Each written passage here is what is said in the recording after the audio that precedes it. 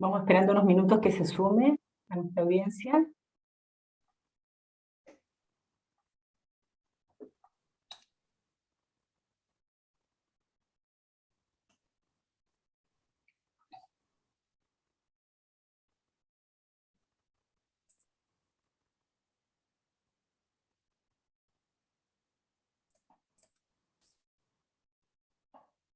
Ahí se están sumando nuestros asistentes.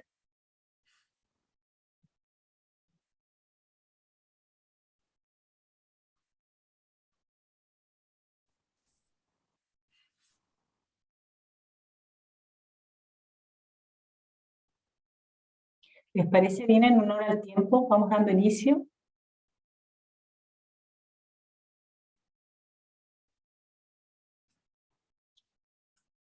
Bueno, quisiera darles la bienvenida. Buenos días, mi nombre es Miriam Gutiérrez, directora de Educación Ejecutiva de la Facultad de Administración y Economía de la Universidad Diego Portales, y les damos la bienvenida a esta charla que hemos titulado Caso Ventanas e Impacto ASG, Rol de Compliance.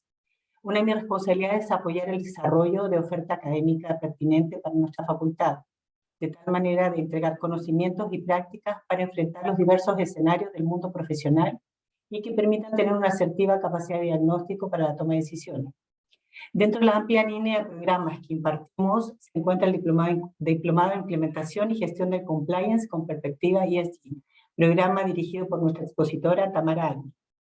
Es relevante destacar que el diplomado busca poder contribuir entregando una formación orientada al desarrollo de competencias para el diseño, implementación y gestión de programas de compliance que integren los criterios ASG, ambientales, sociales y de gobernanza, que se imponen en el mundo de los negocios bajo el paradigma de sostenibilidad.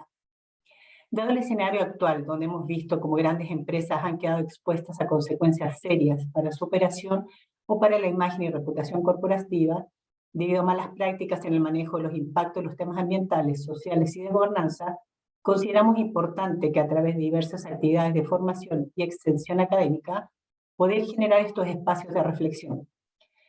Dado esto, quisiera presentar a Tamara. Tamara es directora académica del diplomado, presidenta de Ticolabora, vicepresidenta de Chile Transparente, directora del Consejo de Banco Estado, directora ejecutiva de Promoción a Mujer y, bueno, una gran trayectoria profesional.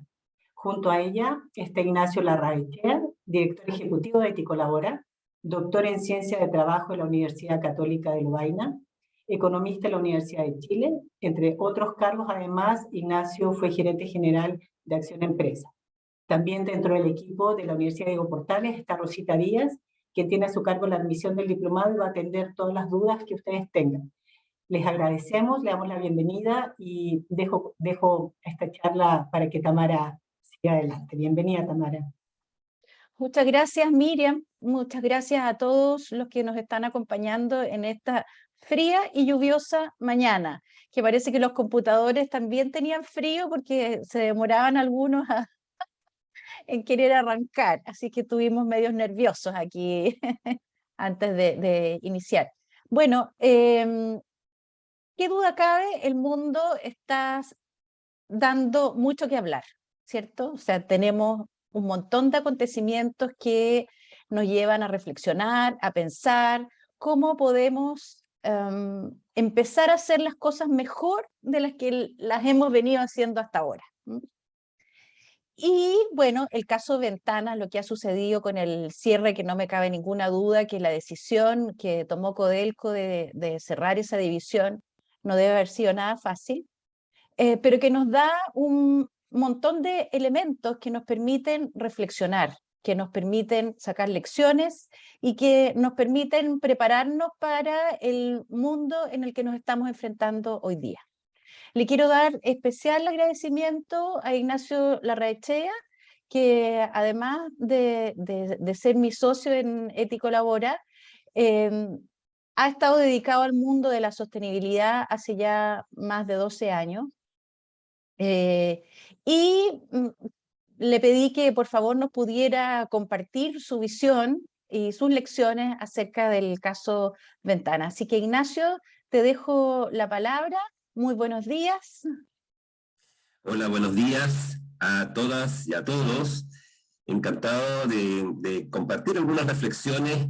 Esta charla tiene mucho que ver con lo que es el diplomado en Compliance y Sostenibilidad de la UDP, en el sentido de tomar esta vertiente de comprender los fenómenos desde una lógica de sostenibilidad y posteriormente, que es la parte que voy a hacer yo en esta presentación, y posteriormente entrar a los desafíos para el compliance propiamente tal. Y lo que Tamara me pidió es que situara el problema.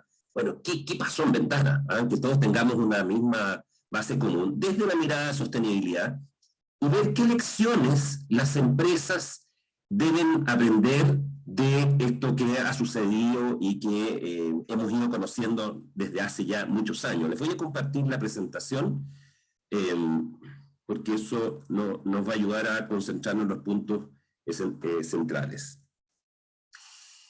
Bueno, tal vez partir por esto, ¿no? Para nosotros Ventana es uno de esos grandes eventos que sucede que debería cambiar ciertos estándares de gestión de empresas.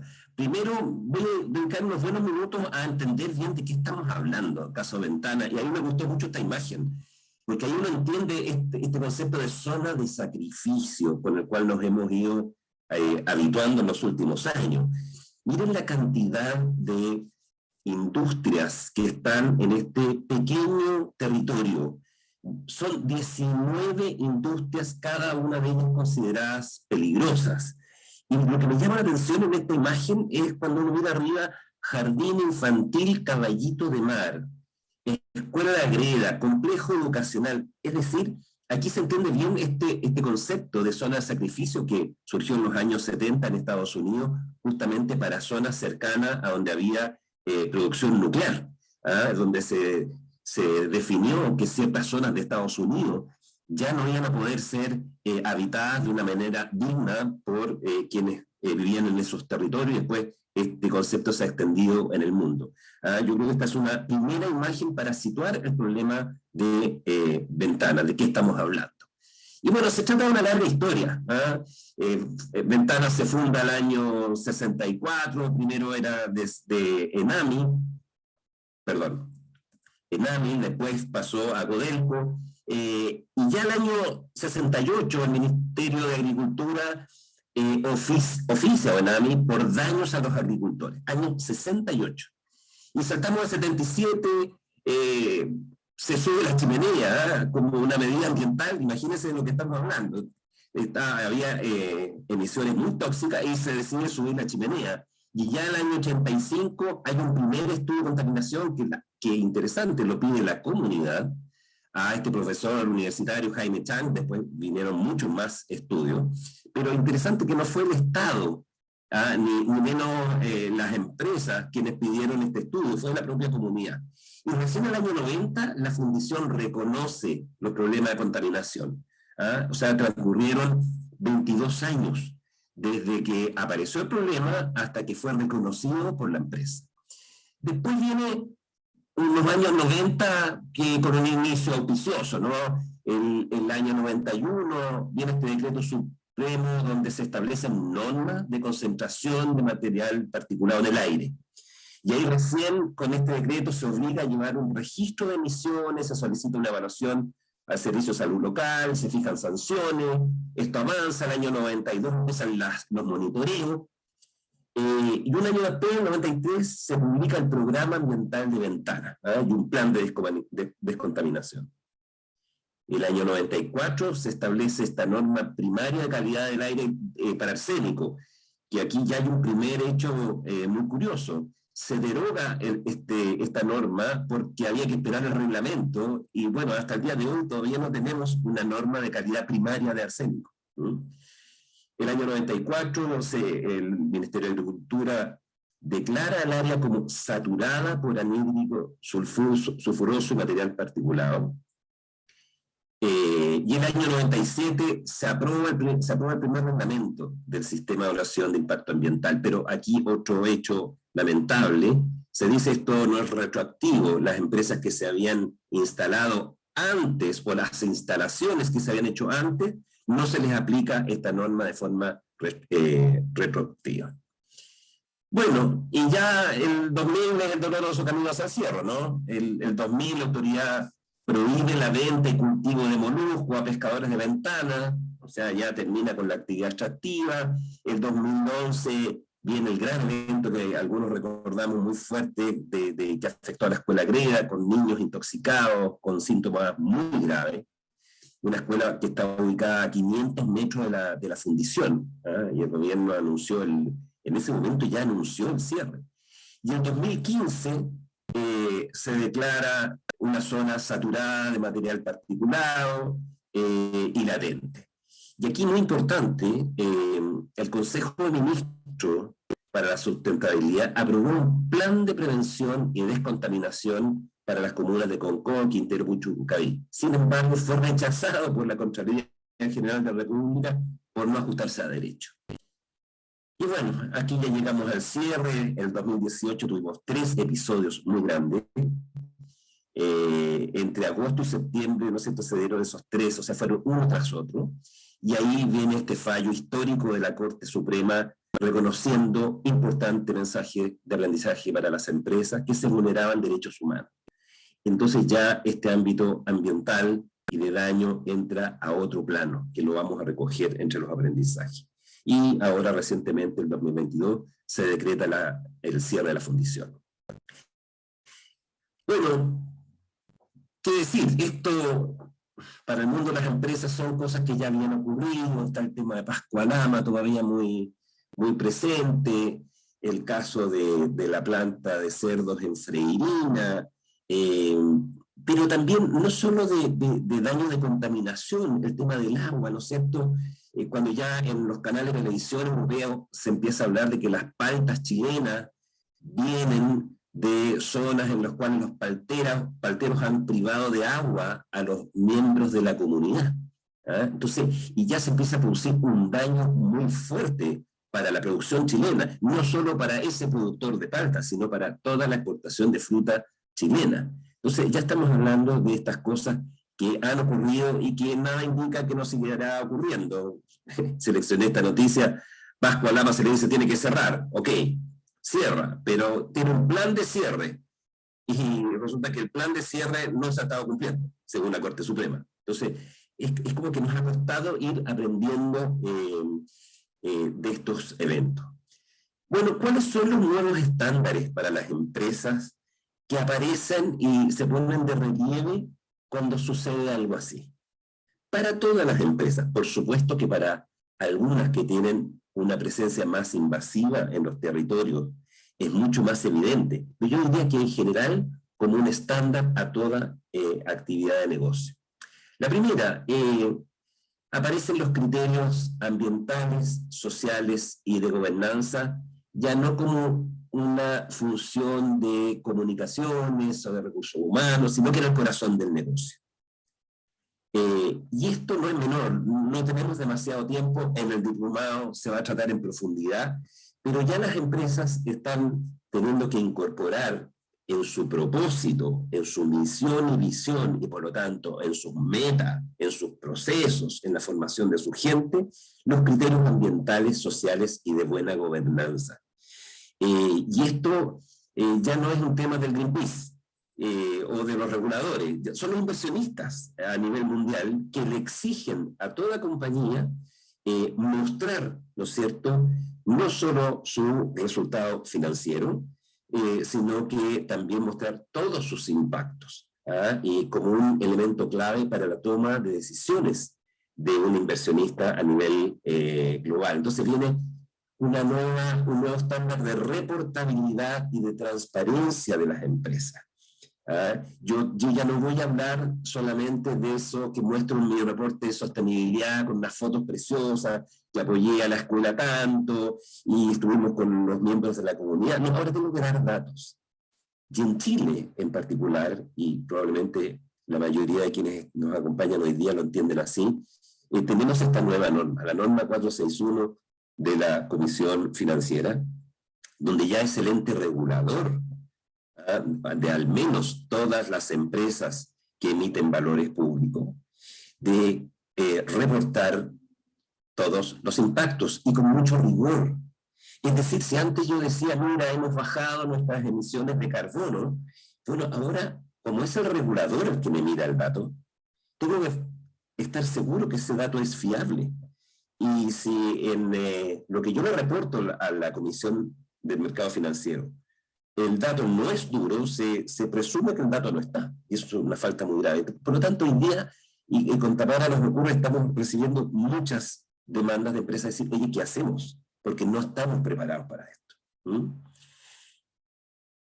Y aquí, sobre este tema de tener criterios ambientales, sociales y de buena gobernanza en las empresas, surge inmediatamente esta idea del greenwashing, o greenwash. Porque claro, todos sabemos que las empresas muchas veces nos tenemos que adecuar a una norma, y bueno, si hay que reportar impactos, los reporto, pero el corazón de mi negocio no ha cambiado. Y por lo tanto yo estoy dando una imagen al inversionista, al regulador, al cliente, a las comunidades, pero en realidad nada de fondo ha cambiado. Entonces hay como un test que uno puede hacer. ¿Mi empresa está haciendo esto por convicción? ¿Pasó un nuevo paradigma? ¿O es solamente que quiere ser mirada como greenwashing? Bueno, hoy día greenwashing ya nos queda corto porque ya no es solo lo verde lo que queremos mostrar, también lo social y lo de gobernanza, ¿no?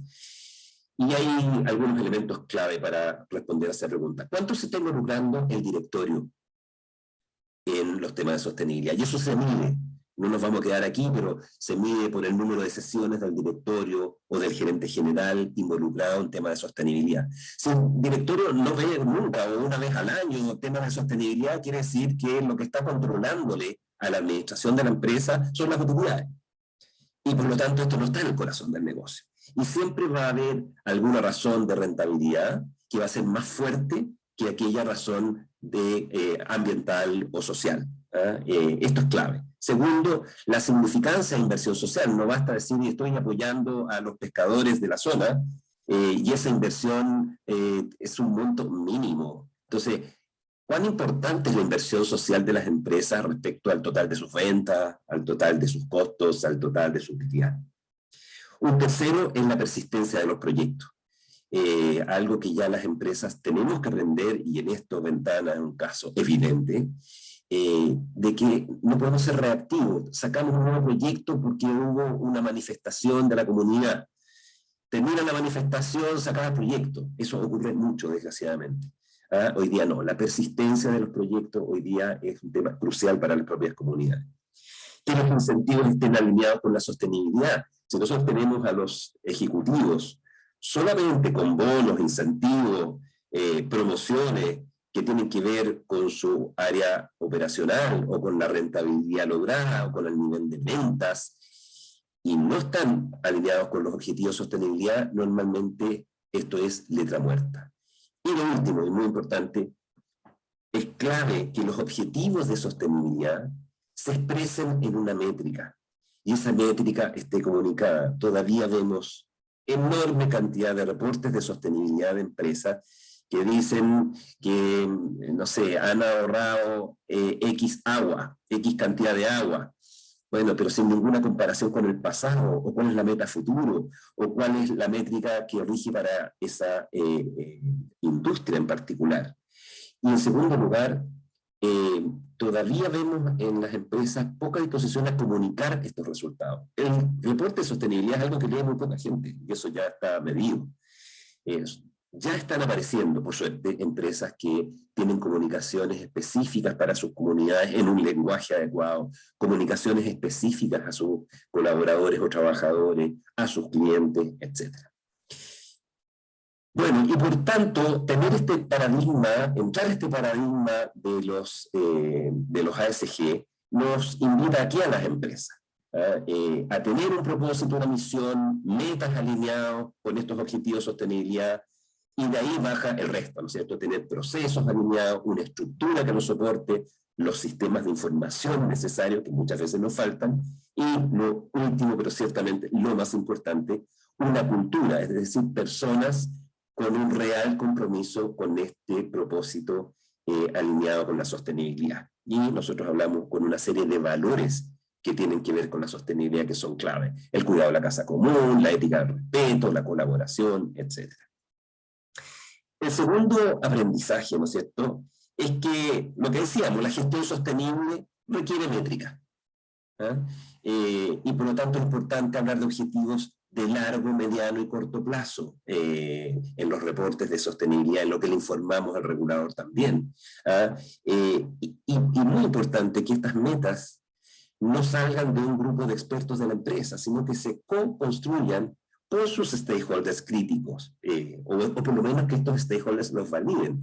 No sacamos nada con decir, tenemos un programa de educación a los hijos de nuestros trabajadores, pero no sabemos si eso es lo que nuestros trabajadores más valoran. Tal vez el trabajador o trabajadora lo que más valora es tener un ambiente laboral libre de acoso, por ejemplo.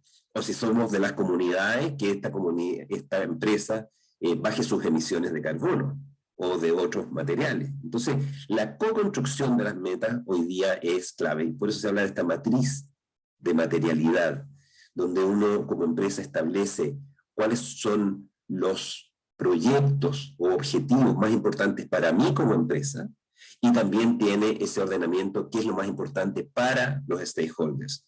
Y uno se queda con aquellos objetivos que son importantes para ambos. Importante que las empresas en su métrica no solo indiquen lo que hacen.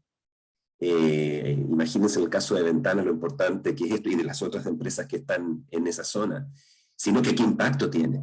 Yo puedo decir, instalé una nueva medición. De hecho, las empresas lo han hecho en esa zona.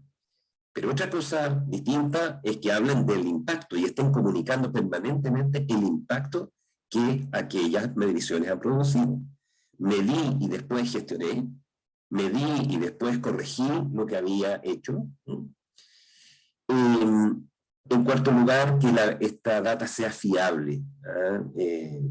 Muchas veces ocurre que tenemos un cuadro de control bien completo, donde tenemos definidos los indicadores de sostenibilidad, pero de repente se nos va el que la persona clave para levantar el dato ya no está en la empresa, o cambió de funciones, o como nadie lo revisó, se dejó de enviar el dato.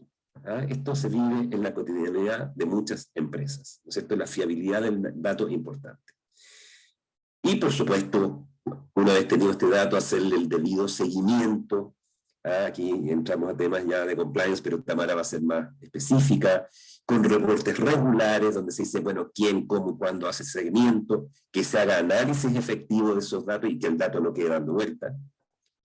Que los resultados efectivamente se comuniquen a quienes deba comunicarse.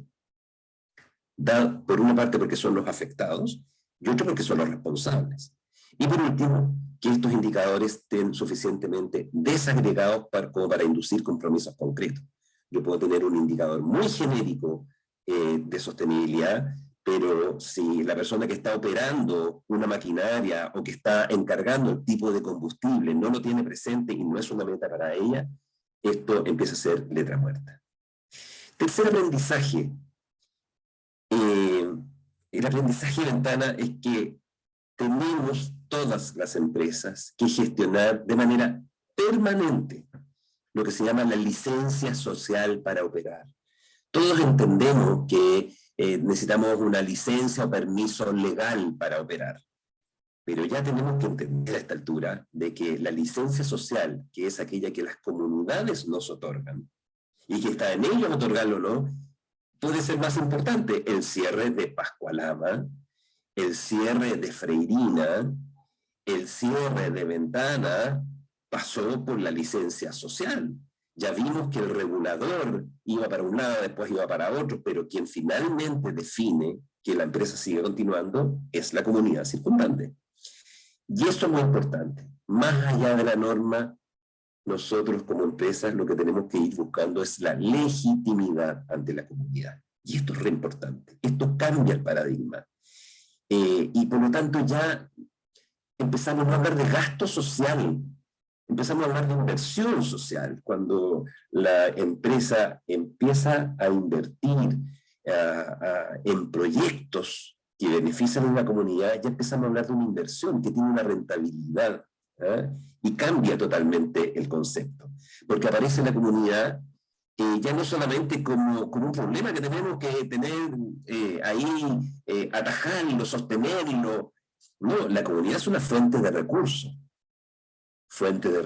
como accesos de nuestros trabajadores, incluso trabajadores que pueden trabajar en nuestras plantas, acceso a los servicios que necesita la gente que trabaja para nosotros en la planta. Si la comunidad tiene recursos, y por lo tanto no son solo un problema, no, son una fuente de recursos, por lo tanto requieren de nuestra atención permanente.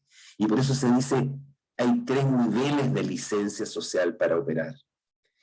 El básico es que nos acepten.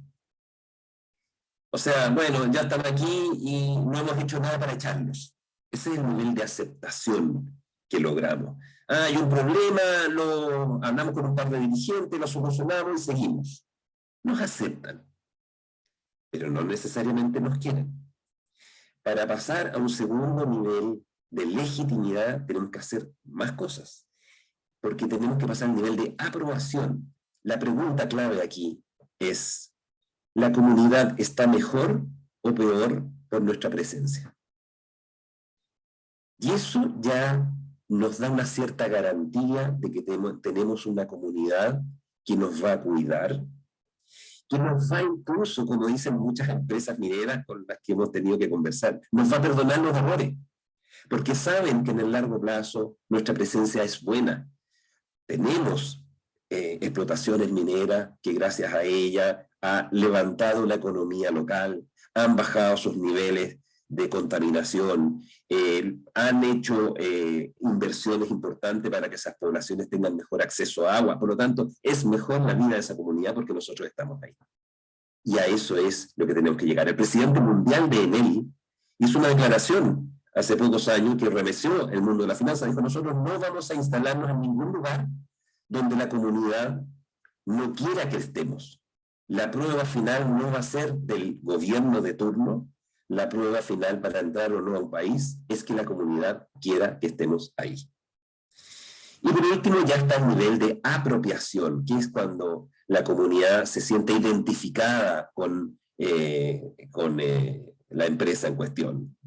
Sucede esto a veces con las .com, con las zonas donde se ubican estas compañías muy exitosas, donde todo el territorio se valoriza por esa presencia. Cuarto aprendizaje, qué importante aprender de Ventana lo que es gestión territorial colaborativa, donde la empresa se asume como un ciudadano corporativo. Tengo que decir que en Ventana sí hubo bastante colaboración. Se falló en el tema sustantivo, que es, ¿no es cierto?, el tema de la contaminación propiamente tal. Pero sí existieron acciones de las empresas. Primero, el primer tema de colaboración para una empresa en cualquier territorio es co-creación con las comunidades. Para que yo sea de verdad aprobado, no me basta con que yo dé muchas plata y tenga grandes inversiones. Sí lo sabrán en Pelambres cuando habían hecho inversiones por varios cientos de millones de dólares a las comunidades. Cientos de millones de dólares. Y les tomaron los caminos. ¿Por qué? Porque no le habían preguntado a las comunidades qué es lo que querían hacer. Y corrigieron y empezaron a tener planes de acción territorial co-creadas con esas comunidades. Entonces aquí la organización comunitaria empieza a ser una necesidad. Hay una tendencia que tenemos a veces en las empresas, decir, oye, ojalá que la gente nos organice mucho porque así no me van a molestar. Es al contrario. Necesitamos que la comunidad se organice y que tenga una buena organización, que sea realmente democrática interiormente, porque los problemas que existan me los van a hacer llegar de una manera creíble y formal. ¿Qué saco yo con que la comunidad no exprese problemas que son reales? ¿Qué saco yo con que no se sepa que hay un problema de contaminación grave? Después me va a explotar muy fuerte. Necesito una organización comunitaria fuerte. Es una necesidad y no una amenaza. Necesitamos empresas dialogantes y sobre todo ejecutivos que saben escuchar. Me acuerdo en el caso de Freirina, el gerente general de AgroSuper, que dijo, yo me equivoqué, puse en Freirina a excelentes ingenieros, los mejores del mercado, íbamos a tener la planta productora de cerdo más moderna del mundo, pero se me olvidó poner a una persona que estuviera allá y que supiera dialogar con las comunidades. Bueno, en fin, las comunidades y planes de acción, no son acciones, son planes de acción. Por último, en esto de la colaboración, es importante que la colaboración no solo sea con las comunidades, sino que con las autoridades locales. Colaboración entre empresas, que en Chile nos cuesta muchísimo. Hablaba el otro día con el gerente general de una empresa en Arauco. Me dice, es increíble, pero estamos todas las empresas con el tema mapuche encima y cada uno hace algo. Si nos pusiéramos de acuerdo, ¿no es cierto?, le daríamos una sinergia a nuestras inversiones tremenda. Cuesta mucho ese músculo. Quinto aprendizaje. Bueno, ¿cómo se tiene un diálogo efectivo con la comunidad? Esto da para largo, así que solamente algunos titulares. Primero, que el diálogo sea permanente y no reactivo a cuando hay un problema, porque si no la comunidad aprende, cada vez te pone un precio más alto, para finalmente, para bajar la huelga o dejarme transitar mis camiones, cada vez va subiendo el precio, porque sienten que es reacción. No, lo que se trata es de crear un vínculo permanente, con mucho énfasis en la escucha por parte de la empresa, más que en el ir a hablar. Se trata de ir a escuchar al territorio, donde escuchemos cuáles son sus prioridades. Mucha transparencia y veracidad, y esto es algo que las empresas a veces hemos aprendido con dolor, que nuestra primera reacción cuando hay un reclamo es decir que no es verdad. Esto lo cuenta Nestlé, que después tuvo que reconocer que efectivamente tenía un problema de derechos humanos en su cadena de valor, pero ha pasado en Chile muchas veces. La primera reacción, no, eso no es así. Y hay veces que lo creemos realmente, pero ¿por qué no tenemos debidos controles? Miren lo importante, empresas que apoyen el fortalecimiento de las organizaciones. Eso es importantísimo, y hoy día se está haciendo, que realmente hace un aporte para que las organizaciones tengan los recursos, no solo que exista la comunidad, sino que sepa organizarse y tomar decisiones, elegir a sus representantes. Aquí hay un concepto que me gusta mucho. De alguna manera las empresas estamos llamados a pasar desde un paradigma de confianza ciega a uno de confianza lúcida. ¿No es cierto? La confianza ciega, estos son conceptos de Murillo, José Antonio Murillo, el filósofo chileno, que dice, ya no nos sirve la confianza ciega. Mire, si lo dice la empresa está bien, si lo dice el sacerdote es lo correcto, si lo dice el político es lo correcto. Esa confianza se cayó, nunca fue confianza. La confianza ciega es simplemente del ego en otro, del cual soy subordinado, la toma de decisiones y yo no me hago parte. Hoy día estamos en tiempo de confianza lúcida, donde el otro me tiene que explicar hasta que yo entienda. Y eso es clave en la relación entre empresa y comunidades. Sexto, el tema de ventana vuelve a poner de relieve lo que este señor, que tuve la suerte de gestionar su venida a Chile en el año 2016, nos dijo. Saben que las empresas tienen una obligación importantísima en derechos humanos. Y esta es una agenda que está entrando a Chile. ¿Qué nos dicen estas directrices de derechos humanos y empresas que están en todo el mundo? Dice, primero, los derechos humanos en el mundo, Naciones Unidas dijo, no se pueden respetar si las empresas no tienen un compromiso. Los estados no pueden solos. Y aquí estamos obligados las empresas.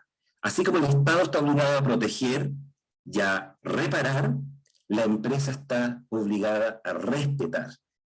Ay, pero, y la reacción que se produjo, yo me acuerdo perfecto cuando anunciamos esto en Acción Empresa, que traíamos a Chile al redactor de estas normas de derechos humanos y empresas. Lo primero que nos dijeron las empresas socias, bueno, ¿qué tiene que ver mi empresa con los derechos humanos? Si mi empresa no se tortura a nadie. Esa fue la reacción visceral. Bueno, el caso Ventana nos habla clarísimo de derechos humanos, pero son muchas más cosas. Dentro de los derechos humanos, ¿no?, está el derecho a la seguridad social, que ¿quién vela por principalmente y de forma directa? La empresa. A mí me ha tocado hacer debida diligencia de empresas que hemos detectado que un porcentaje altísimo de sus trabajadores, de los trabajadores de las empresas contratistas, no tienen ni FONASA, ni tienen AFP, están en la informalidad total, y esa empresa está incumpliendo derechos humanos. Bueno, ¿para qué decir los casos de esclavitud, trabajo forzoso, que uno cree que son cosas de pasado? Ocurren hoy día y en Chile. Hoy día y en Chile. El trabajo inmigrante ha creado situaciones bastante escondidas, bastante duras. El derecho a la privacidad, bueno, no los vamos a ver todos, pero todos, el trabajo infantil, no discriminación, derecho a vivir en un ambiente libre de contaminación, derecho a afiliarse a sindicatos, el derecho al trabajo, condiciones satisfactorias, derecho a seguridad y higiene, son todos derechos humanos. ¿Y dónde está el gran motor para que se cumplan o no? En nosotros, en las empresas. Y por lo tanto, hoy día las empresas están asumiendo estas responsabilidades. Porque, claro, hay empresas que vulneran directamente. Por ejemplo, que contaminan, caso Ventana. Incumplimiento de normas laborales o inacción ante situaciones de vulneración de derechos humanos. Sé que esto ocurre, pero no hago nada. Falta de mecanismos internos de debida diligencia, malas prácticas. Pero también, en otras ocasiones, las empresas nos vulneramos directamente, pero tenemos incentivos que hacen que otros las vulneran. Por ejemplo, los contratistas. Tenemos a contratistas con unas condiciones de exigencia tan fuertes de productividad que sabemos que para cumplir esas metas tienen que incumplir normas laborales básicas, por ejemplo, de seguridad. Esto lo conocemos en Eticolabora con nombres y apellidos. Y la empresa sabe que se están vulnerando esos derechos humanos en un contratista, pero prefiere no saber. Bueno, esto hoy día ya no puedo decir no sabía, estoy obligado a hacer debida diligencia. Y por último, no informar debidamente sobre posibles impactos de sus actividades o productos. ¿Cuáles son las tareas para las empresas en derechos humanos? ¿Cuál es la agenda en la que tenemos que meternos todos? Y cuando digo todos, piensen que ya el año pasado Alemania sacó una ley que obliga a todas sus empresas, a todas, a hacer debida diligencia en materia de derechos humanos. Todas. Por lo tanto, las empresas chilenas que exporten a Alemania van a tener que aplicarse estos estándares. Y luego, claramente, esto va a ser una norma para toda Europa y luego para todo el mundo. Entonces, ¿cuál es la primera tarea de una empresa? Tener una política de derechos humanos. En segundo lugar, hacer lo que se llama debida diligencia. Hacer todo lo posible, ¿no es cierto?, para primero mapear los grupos de interés, dónde están los riesgos de transgresiones de derechos humanos, tener canales de denuncia eficientes, no algo que puse una vez y nunca más se usó, y hacer una gestión efectiva de los casos. Y por último, asumir la responsabilidad, reparar a las víctimas, denunciar, corregir, prevenir, mitigar. Séptimo, ya llegando al final, un punto clave que aprendemos de Ventana es el tema de los contratistas. Ya vimos que el grueso de las protestas era de los contratistas. Solamente dos cosas para no alargarme. Es importante que las empresas apoyen el desarrollo de la economía local, ciertamente. Pero también, por ejemplo, con negocios inclusivos. Yo puedo sacar de la pobreza a una población a través de mi cadena de valor. Pero evitar el dilema empleo versus cuidado ambiental, que creo que ocurrió en caso Ventana. Cuando estamos diciendo, no, es que no podemos cerrar porque le estamos dando empleo a mucha gente, tenemos un problema muy grande. Porque si sigo con esa lógica, llega más gente a vivir al territorio, por lo tanto es más gente la que está contaminada, intoxicada, y ya el tema para cuando es un drama. Entonces, este dilema entre empleo y cuidado ambiental ya no es adecuado. Y por último, la corresponsabilidad es pública y privada, y con esto termino. Un mal regulador lleva a un colapso, y llega un momento que las empresas ya no digamos, qué bueno que nadie está regulando, porque así nadie me pilla. No, yo soy corresponsable, y el problema, si tengo un mal regulador o yo no hago lo mío para que exista una mejor regulación, finalmente el colapso es total. Si no, preguntemos lo que pasó en la AFP. No vi a los dueños de la AFP, no los vimos los chilenos yendo donde la superintendencia decir, tenemos un problema, la gente va a tener bajas pensiones, ¿qué hacemos? Hubo un silencio total, y ya sabemos que esa es una muy mala decisión. Y termino con esta frase del fundador del Consejo Mundial de Empresas para el Desarrollo Sostenible: no puede haber negocios exitosos en sociedades fracasadas. Y qué buen ejemplo de esto es justamente el caso Ventanas. Esto es lo que quería compartirles. Muchas gracias, Ignacio. Yo creo que súper ilustrativa la presentación y nos abre un montón de interrogantes. Obviamente en una hora de conversación no las vamos a resolver todas, pero sí dejar, como se dice en buen castellano, boteando la pelota. Boteando la pelota para que dentro de nuestras organizaciones también iniciemos una conversación distinta. De las cosas más importantes, creo yo, que tú nos has mencionado y que se empiezan a conectar directamente con el mundo del cumplimiento, con el mundo del compliance, es esto de la integración.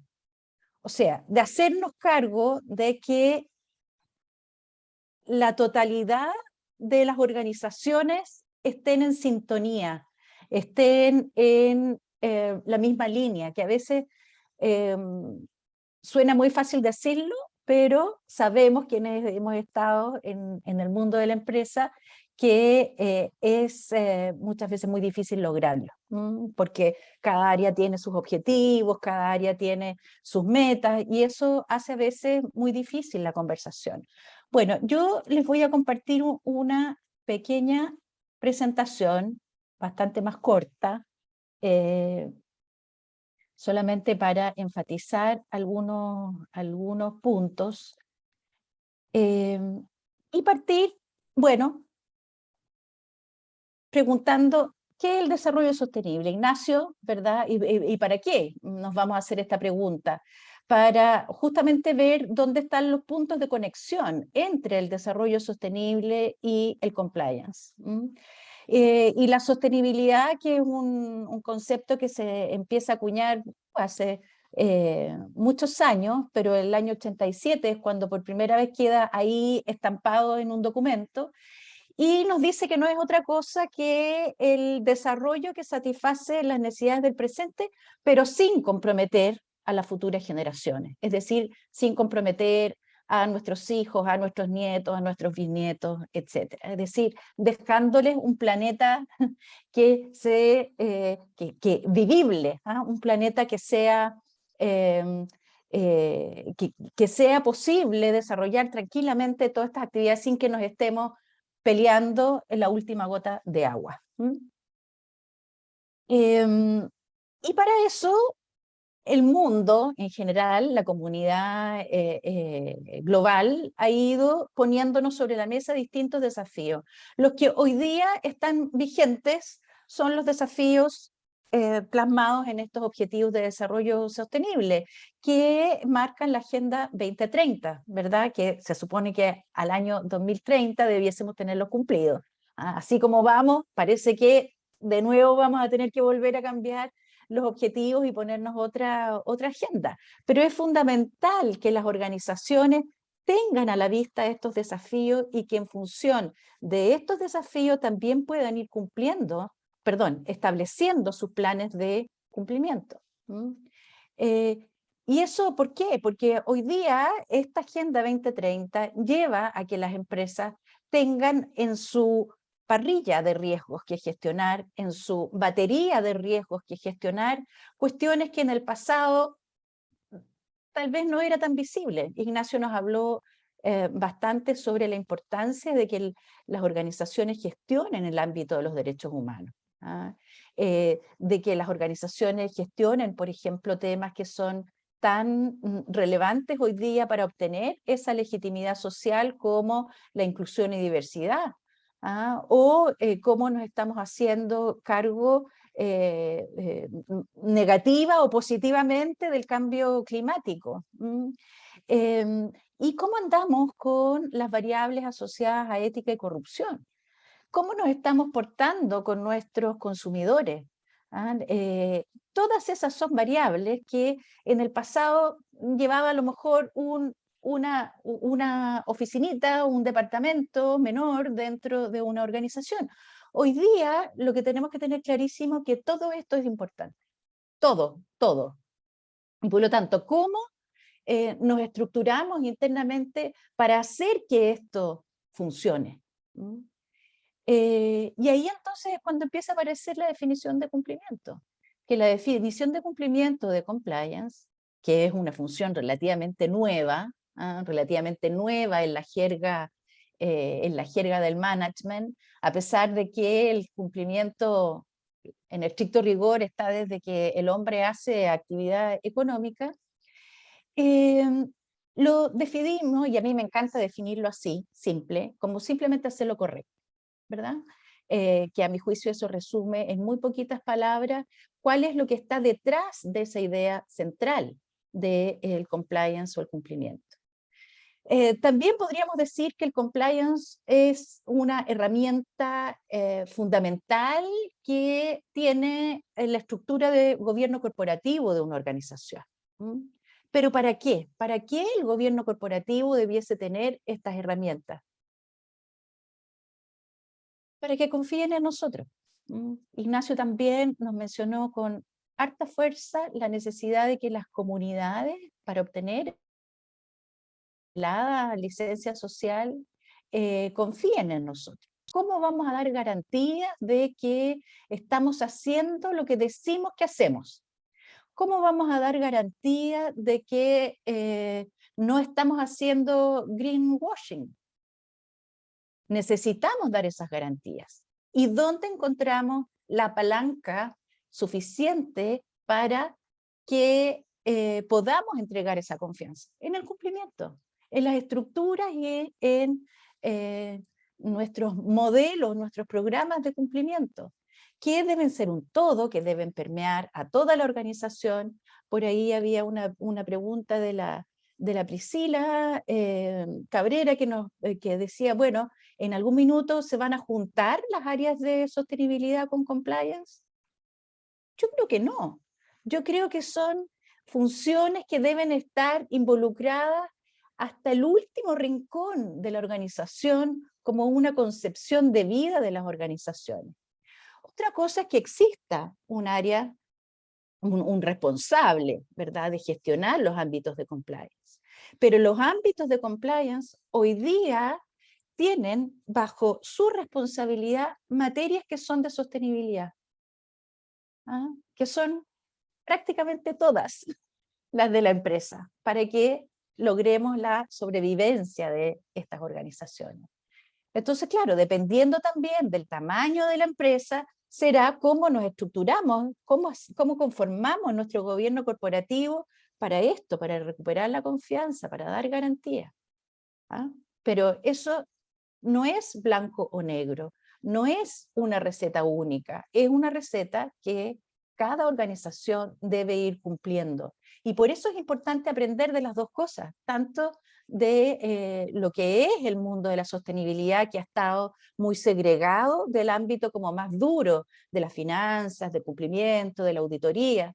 Tenemos que lograr esta conjunción y esta conversación entre las distintas áreas dentro de las organizaciones también. No solamente con los de afuera, también con los de dentro. Hoy día, en estos tiempos de crisis, donde Ignacio también lo dejaba muy claro, lo cuestionado que están las organizaciones en la manera como hacen lo que tienen que hacer, lo que está muy bien que hagan, porque necesitan colaborar con el mundo para resolver, qué sé yo, la pobreza, el subdesarrollo. Sin las empresas no lo logramos. Entonces es fundamental que esta manera de hacer lo correcto en estos tiempos de crisis como que se revalorice. Que sepamos que esto, que las organizaciones que no entren en la lógica de buscar la manera sostenible sin comprometer los recursos del futuro, que lo hagan bien de esa manera, vamos a finalmente dar esas garantías de existencia. A mi juicio, el compliance es un seguro para la sostenibilidad. Ahí uno puede ver exactamente dónde está ese link entre el mundo del compliance y el mundo de la sostenibilidad.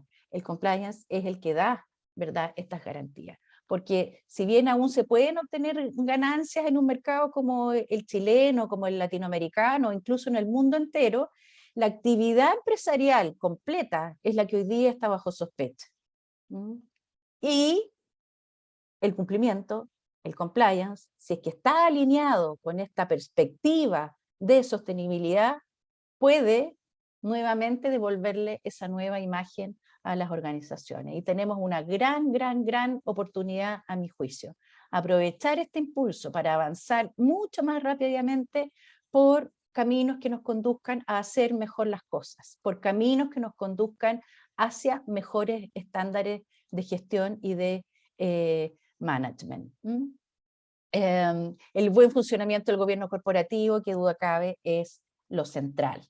Y para eso, solamente como titular se los voy a dar, el camino a la integración de ambas cuestiones, del compliance y de la sostenibilidad, ya lo puso sobre la mesa un regulador, el regulador financiero en Chile, a través de la emisión de la norma 461, donde ya empieza a juntar estas materias y, a mi juicio, la señal que le da a las organizaciones es: déjense de ver a las organizaciones como la suma de silos. Hagan a las organizaciones con sinergia interna que vaya más allá de estructura del área de finanzas, estructura de cumplimiento, estructura de sostenibilidad. Conversemos, hagamos, dialoguemos, que ojalá todo esto tengamos la posibilidad de un management mucho más integrado de lo que ha sido la práctica hoy.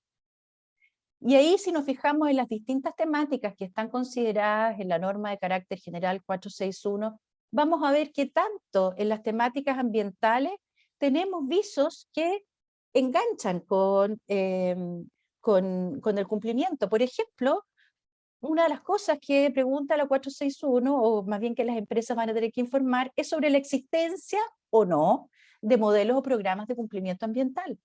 Compliance unido a medio ambiente. Vámonos al tema de las variables sociales. Por ejemplo, vamos a tener que dar cuenta de que el numerito que informemos sobre, no sé, la brecha salarial de existir en el directorio, que sea el correcto. Y eso, ¿función de quién es? Bueno, del ámbito del cumplimiento, del ámbito del compliance, establecer que esto que vamos a informar también obedezca a lo que realmente se está haciendo al interior de la organización. Bueno, ¿y para qué decir con las materias de gobernanza? Todas las temáticas de gobernanza que ya nos pone sobre la mesa la 461 son áreas muy familiares para el mundo del cumplimiento. Si cuentan con códigos de ética, si cuentan con canal de denuncia, cómo está el tema de la medición de los riesgos, en fin, la gestión de los conflictos de interés y un sinnúmero de otras variables que han sido hasta ahora como muy asociadas al mundo del compliance, pero que en realidad son para darle esta viabilidad a toda la organización. Y bueno, para eso tenemos nuestro diplomado en implementación y gestión del compliance con perspectiva ESG, que esperamos dar inicio el 9 de agosto próximo. Aquí nos acompaña Rosita Díaz, que es el contacto, y les dejo su correo por si quieren conseguir más información sobre el diplomado. Algunos de los módulos que vamos a tener son los que están contenidos ahí. Por cierto que nos interesa aprender algo sobre sostenibilidad. No es que en el diplomado vamos a salir expertos, no, para eso hay magíster, diplomado en sostenibilidad. Aquí nos interesa ir entregando, ¿verdad?, estas variables que son fundamentales para que el cumplimiento haga lo suyo y que finalmente podamos colaborar en pos de objetivos comunes entre las áreas de cumplimiento y todas las demás, incluida la de sostenibilidad. Eso, muchas gracias. Voy a mirar si es que hay algunas preguntas que podamos ir resolviendo, porque no quiero pasarme de la hora. Primero, agradecerle a Tomás Green, que nos, como siempre, muy ilustrativo, él nos comparte ahí ciertos estándares. Muchas gracias, Tomás. Hay una pregunta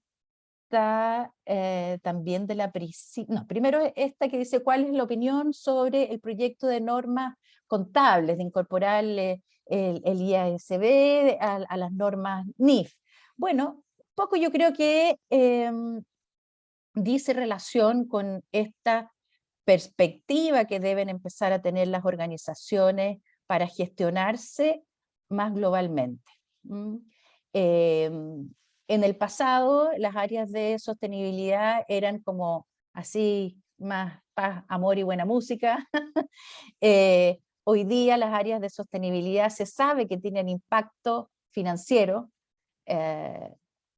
por más que parezca que no son financieras, pero son variables absolutamente financieras. El que finalmente no logremos conseguir la legitimidad social nos puede llevar de tener un gran resultado económico a tener cero. Por lo tanto, ¿qué duda cabe que el mundo de la contabilidad y el mundo de la auditoría tiene que involucrarse activamente en también poner en el ámbito de la finanza y de los números las variables de sostenibilidad? Y para eso la Universidad Diego Portales también tiene un magíster en contabilidad con esta perspectiva de involucramiento que hay que tener con todas las áreas. Es decir, es un todo. La conexión es fundamental. Después tenemos una pregunta de nuevo de Priscila. Si están preparadas las organizaciones chilenas para enfrentar estos cambios. Tenemos que hacer que estén preparadas. ¿Ah? Y yo creo que aquí es fundamental mirar hacia los países que tal vez ya pasaron previamente por esta etapa en la que estamos nosotros. Obviamente, hay muchas empresas que todavía creen que pueden seguir haciendo las cosas como las hacían antes. Y nuestra función, nuestra labor, es ayudar a que esas empresas puedan correr los velos, puedan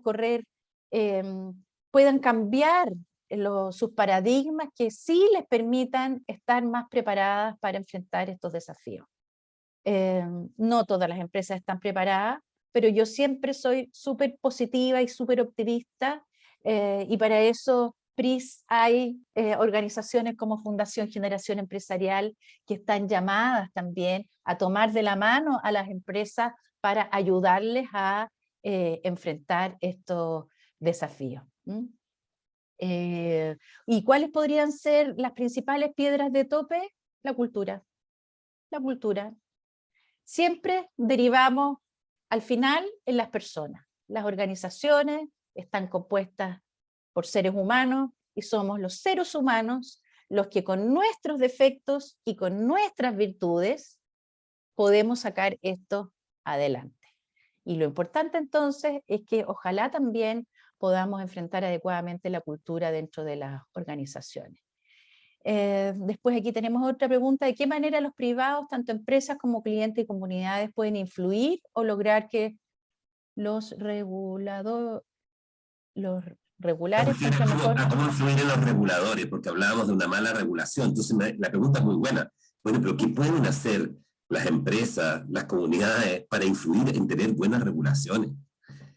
Así que en un minuto, porque ya no hay tiempo, pero esto es clave. Si soy comunidad, yo tengo, bueno, de hecho las redes sociales son hoy día un vehículo extraordinario porque afecta el punto de flotación de las empresas, que es la reputación.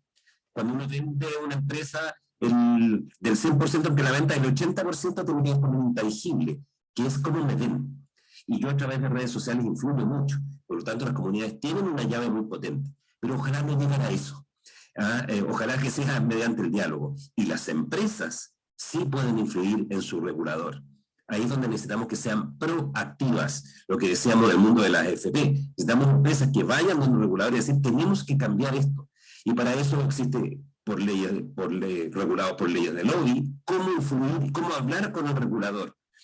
aquí hay un rol importantísimo también de los gremios empresariales, que yo creo que no siempre están cumpliendo, que todavía está una cosa más defensiva, cuando lo interesante es sentarse en una misma mesa los representantes de gremios empresariales con autoridades y con la sociedad civil a resolver estos temas con mirada de futuro. ¿Ah? Yo por ahí me diría, ahí hay una larga agenda, pero no tenemos tiempo. Eso, tender puentes, tender puentes. Estas leyes de lobby, de mayor regulación, de la relación entre sector privado y sector público, se han extralimitados en la interpretación que ellas tienen. Esto no es para que el privado no vaya a conversar con el regulador, todo lo contrario, que conversen todo lo que tienen que conversar, pero de manera transparente, con los conflictos de interés sobre la mesa. Esa es la invitación. A mi juicio, se ha hecho como una interpretación equivocada del beneficio que tienen muchas de estas leyes asociadas a anticorrupción, transparencia, en fin. Tender puentes, conexión, somos una sociedad. Aquí nadie se va a salvar solo. Y eso es algo que nos vino a decir las Naciones Unidas ya por la década de los, no sé, de los 80, cuando invita al sector privado a participar en el ámbito de la prevención de delitos, por ejemplo. No lo pueden hacer los estados solos. Y ya con esta Agenda 2030, el llamado es sumamente claro. Esto no lo podemos resolver única y exclusivamente desde los estados.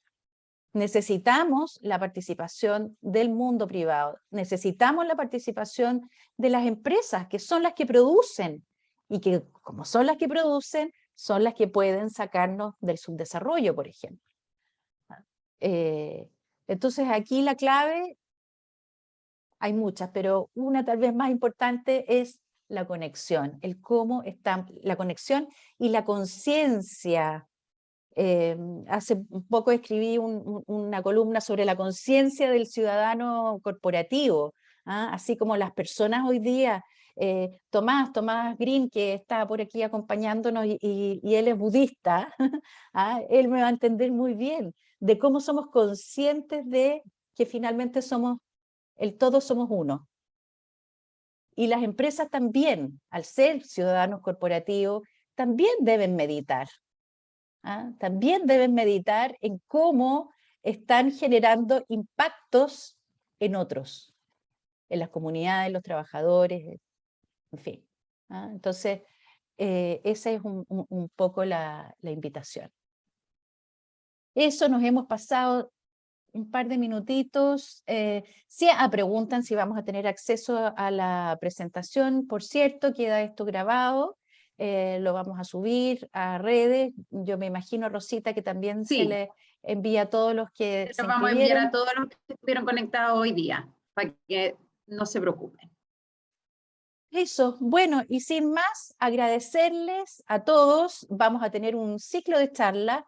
La próxima la tenemos el próximo miércoles 20, así Sí. es que también les vamos a estar enviando la información, y la última la vamos a tener el 26. ¿Ah? Así es que los invitamos también no solamente a estas charlas, sino que a conocer un poco más sobre el diplomado que les confieso, esto es, qué duda cabe, es único, es tratar de colaborar para que las organizaciones busquen, encuentren ese camino propio, de hacer compatible la mirada financiera con esta mirada que hasta ahora ha sido tal vez más, me carga decirlo así, pero como más soft, más paz, amor y buena música.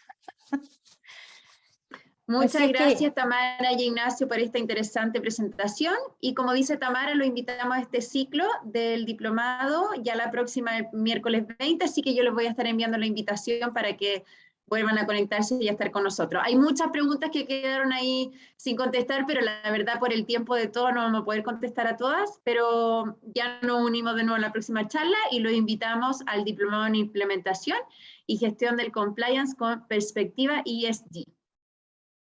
Gracias, Tamara y Ignacio. Gracias Muchas gracias a todos. Un abrazo. Chao a todos. Gracias, chao. Que estén bien.